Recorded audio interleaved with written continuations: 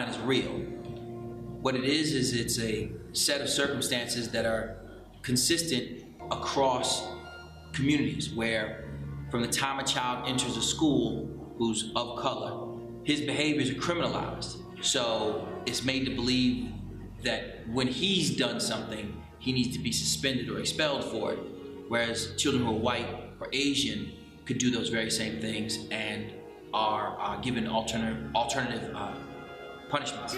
Black children in the Washington, D.C. area are suspended or expelled 2 to 5 times more often than white children. It's a national trend that needs to be addressed. School to prison pipeline is really built on the idea of having certain kids, mostly black and brown kids, educated in a different way, managed in a different way, punished in a different way, in such a way that there is a percentage of those individuals that are going to end up in the penitentiary. They've done studies where they found that 70 to 80% of people that are incarcerated are at different levels of illiteracy. So there you know that if you're illiterate in 3rd or 4th grade, then it's very likely that you'll be in prison.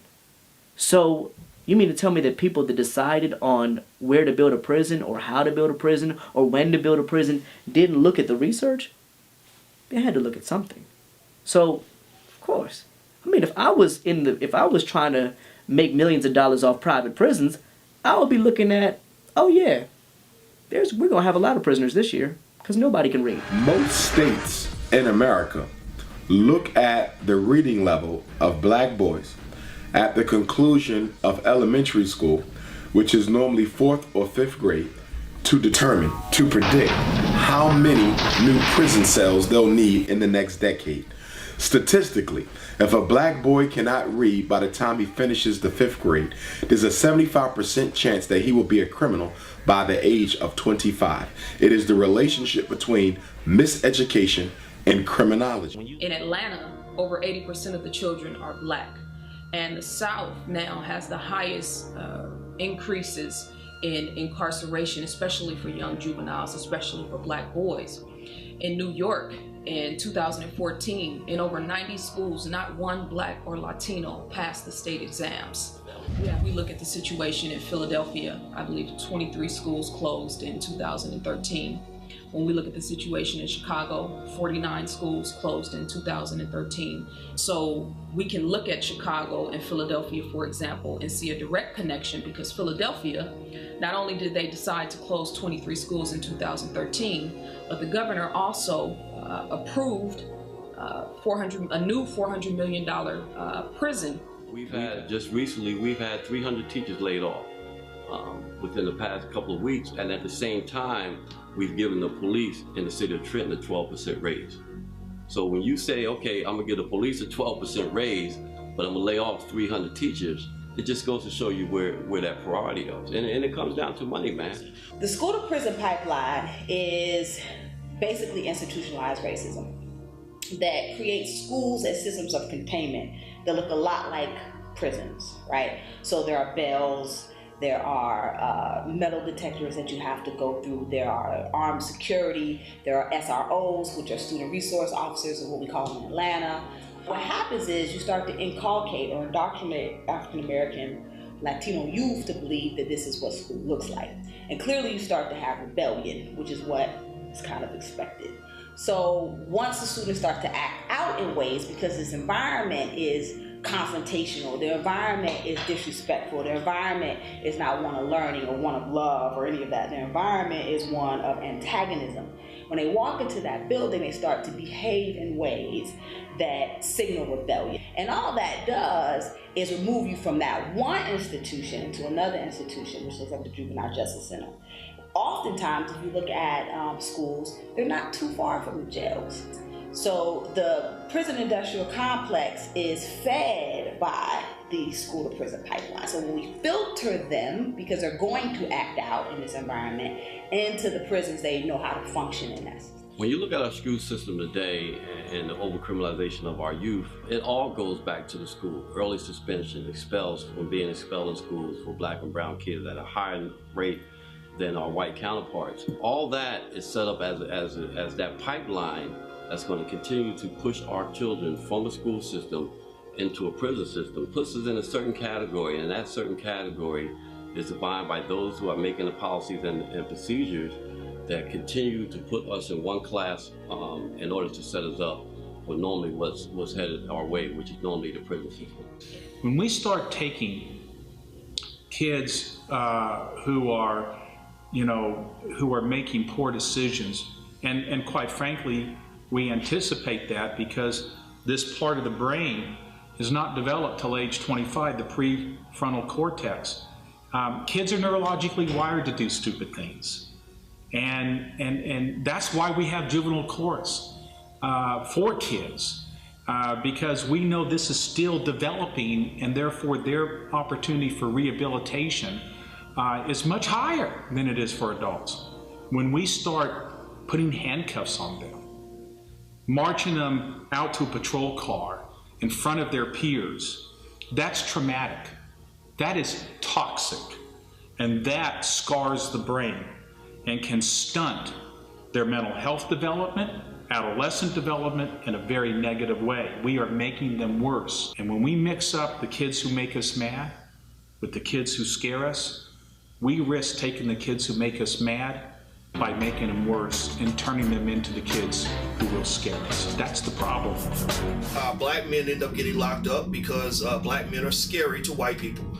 Black men are very profitable to white people, and they feel that black people deserve it because we're not as human as white people. We do live in a society and in a system that believes that those black and brown kids, particularly poor black and brown kids, just aren't as worthy as those pretty little white kids out in the suburbs. That's the underlying philosophy that leads to this economic disparity, which I don't know if that's ever going to change because the government does not like you. It does not feel any remorse for what it's done to black men and women over the last 400 years. They won't even apologize for slavery.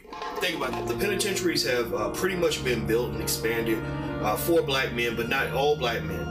Mainly uneducated black men, particularly poor uneducated black men, are the ones that are most likely to end up in the penitentiary because that is officially and technically a modern day form of slavery.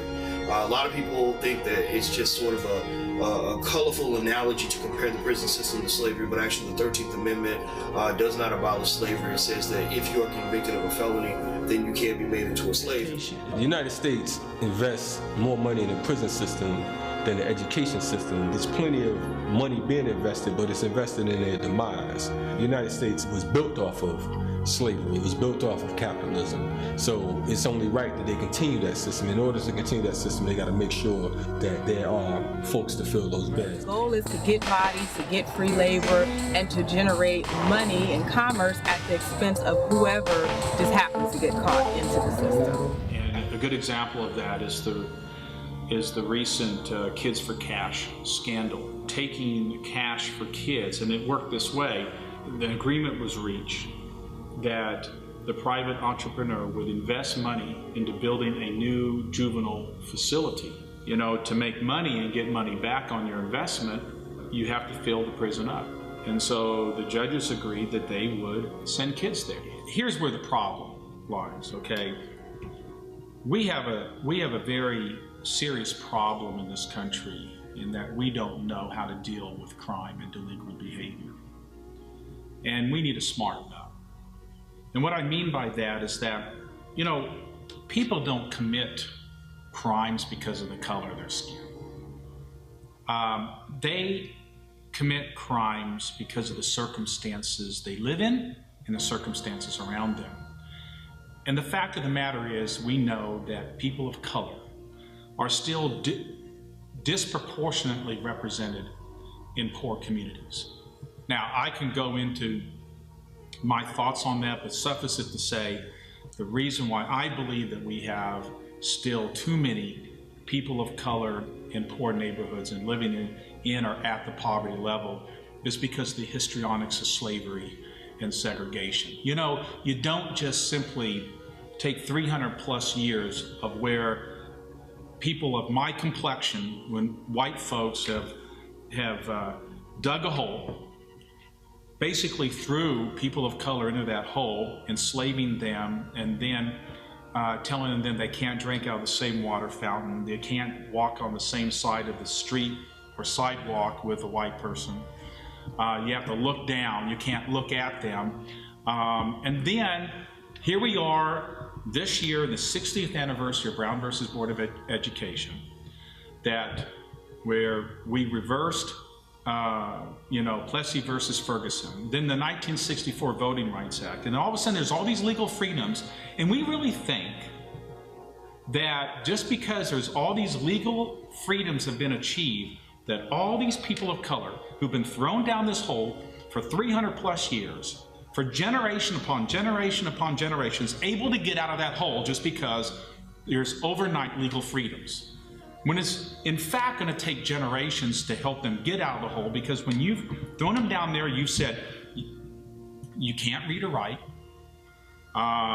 you can't get a job, we are going to treat you differently in a very negative way, and they're supposed to get out of that hole. The answer is no. And that's why we still have too many people of color in that, what I call the invisible prison of poverty, because many are still trying to get out of that hole. And we are fooling ourselves if we think that we're living today in a free society where everyone is equal just because we can point to Brown versus Board of Education, or we can point to the 1964 Voting Rights Act. And what's also happening here, and this is the economic motivation that's occurring here, and this is why the school-to-prison pipeline is so valuable for the people that are making this work, that are maintaining these systems. They're making money off of this now. Now corporations are taking jobs that they would have normally offered regular Americans, maybe making $20, $30 an hour, and they're giving those jobs to prison inmates. So unfortunately, if you are a poor, uneducated, young black man in America, the best place for you to find a job is in prison. So it's really all about a system that occurs from the time that boy is born. It doesn't happen by accident. They take the same dudes that get snatched out of your neighborhoods for bogus drug charges, nonviolent drug charges. They put them on work camps, and they have to clean the side of the highways and the exits now. Now, this not only happens at a much reduced rate than you would have to pay if you were paying a fair labor, unskilled labor. Not only that, you'd have to assure them, you'd have to give them city pension. We wipe all that out by using slave labor, paying these men pennies on the dollar, and then forcing restitution, most of which never makes it back to a victim, but just makes it to these mysterious court costs. Prison is big business in this nation, so it's no coincidence that we have the highest incarceration rate. And that's not incarceration rate per capita, that's just incarceration rate. So right now we're going through some huge demographic shifts. The baby boomers are aging out of the workforce, while at the same time the country is getting browner. We're going to have a majority-minority country very soon. If all of those black and brown folks have been disproportionately disciplined, many of them haven't gotten the education and the skills that they need, who's going to replace that American workforce that's retiring, that's dying out? Nobody. That affects our economic viability as a country. That affects our GDP, that affects our ability to pay for a military, that affects all of those luxuries that we take for granted. So what I would submit to white America, it's in your economic interest, it's in the vitality of this country is tied to the success of young black and brown men. That's why you should care. The solution to ending the school to prison pipeline is fundamentally a solution that black folk and other people of color have been fighting for in this country since they got here. And that's to be included in that we the people. You know, all of these fights have centered around who that we the people was. You know, in the preamble, we have we the people in order to form a more perfect union, establish justice, ensure domestic tranquility, yada, yada, yada, right? But the seminal question is, who is that we? Very early on in this country, it was white male landowners. That was the only we. And then throughout the history of our country, we fought and fought and fought to expand that we. How we change this thing is to truly get that we expanded to include young African American men, young Latino men, not in a acceptance or tolerance way, but truly appreciating all of the beauty and the gifts that they can bring to this country.